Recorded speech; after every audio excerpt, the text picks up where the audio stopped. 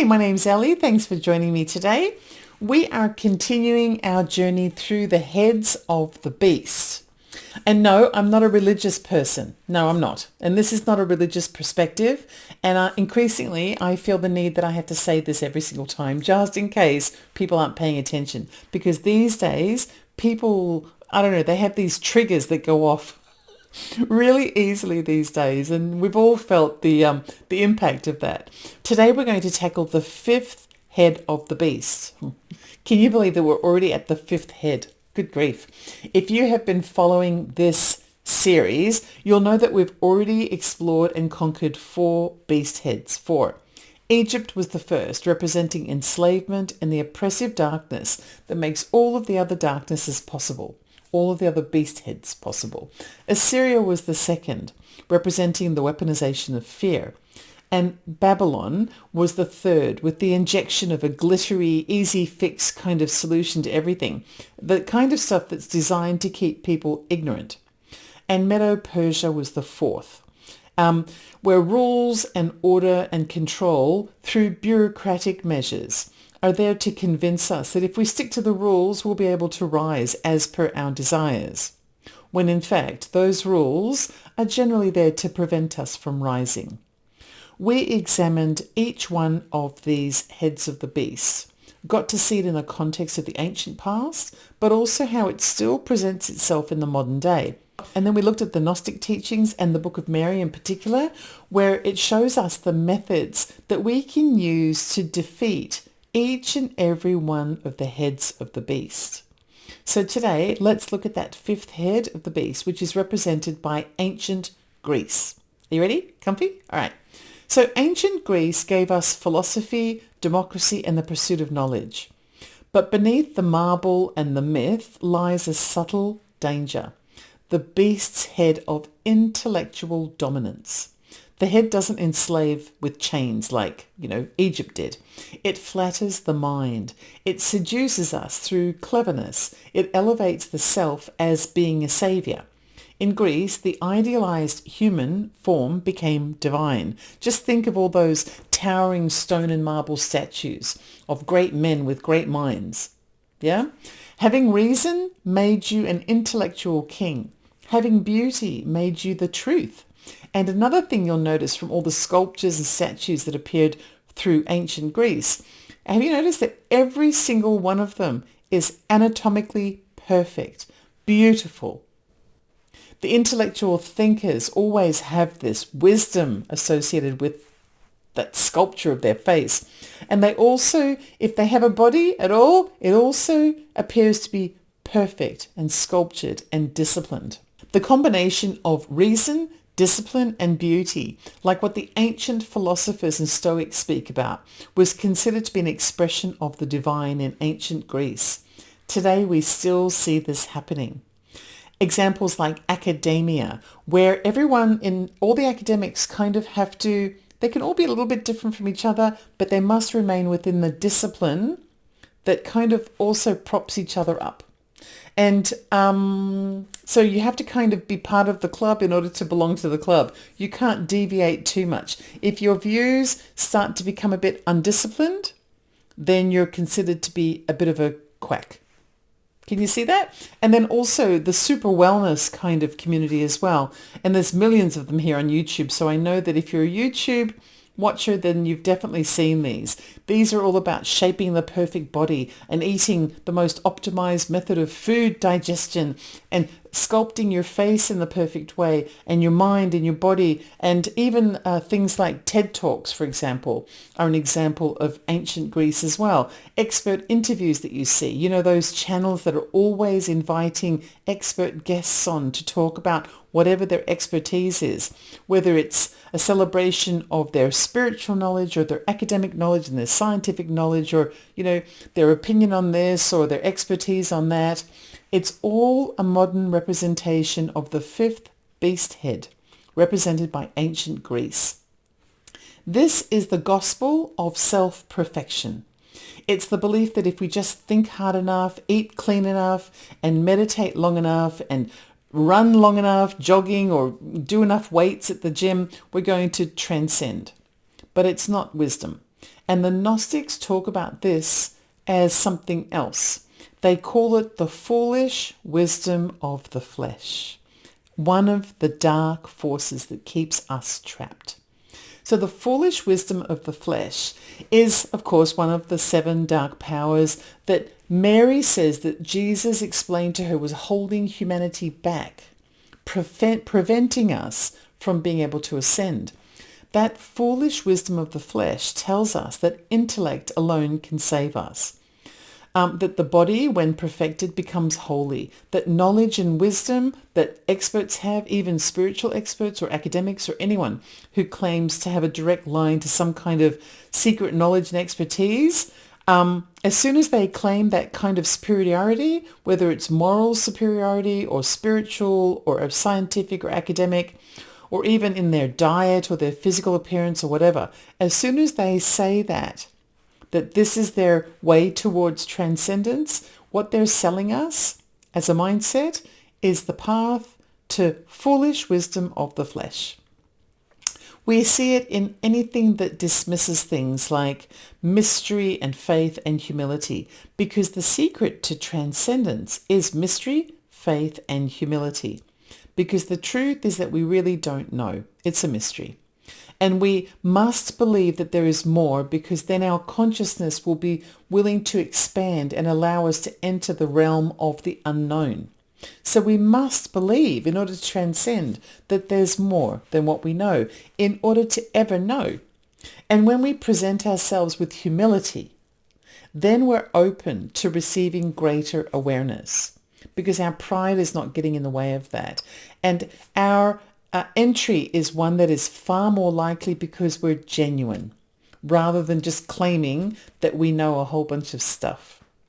So today's intellectual beast works on us humans in specific ways. It elevates the mind until the person starts thinking that they are more divine than the mysteries out there. It promises transcendence through curation of the self by promoting yourself and turning yourself into the center of the story. It replaces surrender with some kind of strategy. There are so many people who do that. It actually is a manufacture of a persona which replaces the surrender, because they're creating a strategy of how they're going to transcend. But that strategy never works. It might bring them money, but money is not going to allow anyone to transcend. That's where you're actually falling for the beast. I'm not saying you need to be poor, but you know what I mean. Anyway, and then finally, we have this intellectual beast that trades mystery for mastery. In this example, I think of the various people who have a scientific background, for example, and are currently doing the rounds as interviewees, claiming that free will doesn't exist. The truth is they don't know whether free will exists or not. They've made an assumption because there's no physical proof of whether free will exists. But those of us who study spiritual wisdoms know that there is something out there that appears to combine something like a free will with something like karma, with something like destiny, and brings it all together. And that it's far too complex than to make any kind of simple assumption of what is and isn't. But the mastery of intellect means that that person who's making that bold claim has to lay down the rules of what is and what isn't in order to be a master, in order to be an expert. And they're elevating their own superiority above that which is the mystery of the divine. I actually have an episode that I did about a year ago that I talk about heart memory in, and how people who've had heart transplants end up sharing the memories of the person who possessed the heart originally. And there's some very strong links there to the collective soul. Well, some of the scientists that I talk about in that episode have made very strong claims saying that anyone who believes in the soul is actually just delusional. And that's the kind of thing that the fifth beast head, derived from the ancient intellectualism of Greece, does. It shuts down the mystery. And the mystery is part of the key to our transcendence. If you are interested in that episode, I'll leave a link to it in the description box, just in case you want to catch up. So basically, it shuts down the mystery that makes it possible to transcend to something higher. Well, the truth is not found in intellectualism. It's found in surrender. So let me bring up an image that shows how all of this ties together between Bible verses, ancient civilizations, its societal theme, how it plays out in the modern world, and also the archonic dark force that's described by Gnosticism that appears to also tie in here. It's uncanny how it all fits together for every single beast head that we've talked about so far. And this is our 5th out of 7. So how do we fight this beast? Okay, we don't do it by escaping the world, but we do it by engaging with the world with a concepts of clarity and courage and spiritual discernment. This is how we do it. We reclaim our humility. That's a really important step. We need to let go of the need to kind of know everything about everything. This is hard for someone like me who's always very curious. We need to embrace mystery, accept the paradoxes of the world as just being what they are. And sometimes accepting those fuzzy kind of twilight bits of not knowing is exactly what it takes to be able to gain gnosis or knowledge. We also need to practice embodied truth. So living in the tension that sits within the intellect and the spirit. This is something that I'm always trying to balance every day. I don't want to be an idiot that just accepts whatever anyone else tells me. I'm a skeptical person in many respects, but I'm also a bit open-minded. So I am paradoxical, and that's exactly where we're supposed to be. Skeptical but open-minded. Go figure. And so I search for answers, and some of those answers are okay if they come from science, and some of those answers are okay if they come from the supernatural world. But then I'm also kind of in awe of the things that seem unknowable. And I try to balance myself inside the tension of all of that every day, because I think that's where I'm open to new information. I'm not going to shut it down, but I'm also not this idiot that's just going to fall for anything as well. That's kind of where you need to be, balanced in there. Another thing is to cultivate relational wisdom. And this is where you seek the truth outside of your usual community of knowledge from people with different backgrounds and different perspectives. You can't just keep going back to the things that you agree with, because you'll never, ever be able to transcend that way. You need to let other people challenge you and refine your way of thinking, continuously refining. And that's the way you do it. And you can only do that by going outside of your comfort zone and learning from people who think differently to you. And then return to divine alignment. So not through self-perfection or anything like that. You don't have to be perfect. You don't need to look perfect. You don't have to act perfect. You don't need to have a perfect education or a perfect mind or anything. You can just be who you are, because you're great just as you are. You are perfect just as you are. The way that you return to a divine alignment is to basically surrender. And that is to accept who you are and to surrender to the fact that nobody is a true expert. This also helps with being able to show discernment as well.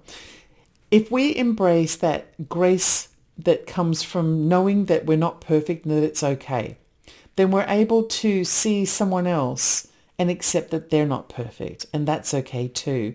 And that starts to take the pressure off people to always appear to be an expert or to be perfect or to be special in some way, or to have to prove that they have some kind of a special gift in order to be acceptable or to be heard. We're okay because we're human, or, well, some of us are human. We're okay because we're people. And so regardless of what kind of people we are, we're all the embodiment of the divine. We don't need to be anything other than what we are. And then the final hint when it comes to being able to reclaim our divinity in this way is to interrupt the performances that we see around us. And that is just be a real person. Just be a real person. We don't have to be impressive. You don't have to impress anybody. You might naturally be impressive, but that's not the important thing. The fact that you're a person is what's important. And anyone who claims to be impressive in a particular way, or better than you, or better than someone else, or the single line of truth in some way, just recognize that they are obviously still performing. That's what they're doing, because there is no one who is any of those things. And that tells you that everything you need to know is probably already inside you, because we are just as much people as the next people. It's really important to just be a real person, and that's all there is to it. And to recognize that everyone else, just like you, has that little bit of something that sits inside that twilight that encompasses the truth. So that's how we defeat the fifth beast's head, the one represented by ancient Greece, not by outthinking it or outperforming it, but by refusing to play its game. So that's 5 down and only 2 to go. Have you noticed a pattern emerging here with all of these episodes? And it was clearly stated in the Book of Mary, and it's really simple. It's like one simple trick that allows all of the beast heads, all of the dark powers to be defeated. The secret to defeating these things is just to refuse to play the game. Because when you refuse to play the game, instantly the game ends.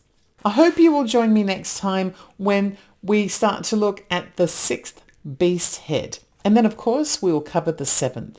And then in episode 8, I'm going to show you how all of the beast heads collectively represent not only those dark powers that are expressed in Gnosticism, but they also represent the 7 emerging new religions and what those religions potentially are.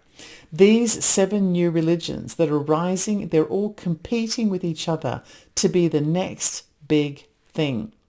But we have the power to defeat all of them and to live in a new world that is religion-free. And that allows us to return to what is often referred to as the Christ consciousness and the individual and collective divine spirit. Don't forget to like, to hype, to comment and subscribe. Welcome to the new world.